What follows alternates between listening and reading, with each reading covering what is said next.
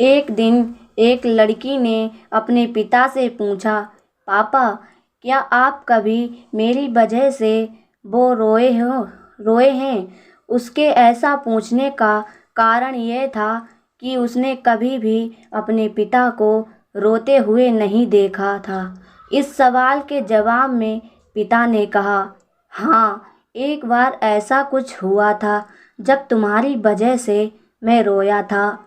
यह सुनकर लड़की उस बात को जानने के लिए उत्सुक हो गई कि आखिर वह क्या बात थी जिसने उसके पिता को रुला दिया था।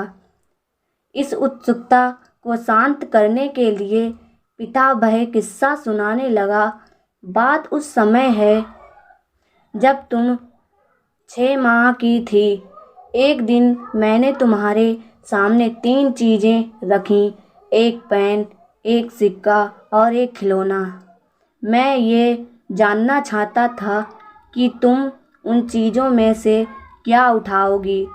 उनमें पेन बुद्धिमत्ता का प्रतीक था, सिक्का धन का और खिलौना मनोरंजन का प्रतीक था। मैं ये सब बस एक जिज्ञासा के कारण कर रहा था। मेरे लिए यह जानना बहुत रोचक था कि मेरी बेटी के लिए आगे जाकर क्या सबसे अधिक मायने रखेगा। मैं तुम्हारे सामने बैठकर बेसब्री से तुम्हारे अगले कदम का इंतज़ार कर रहा था।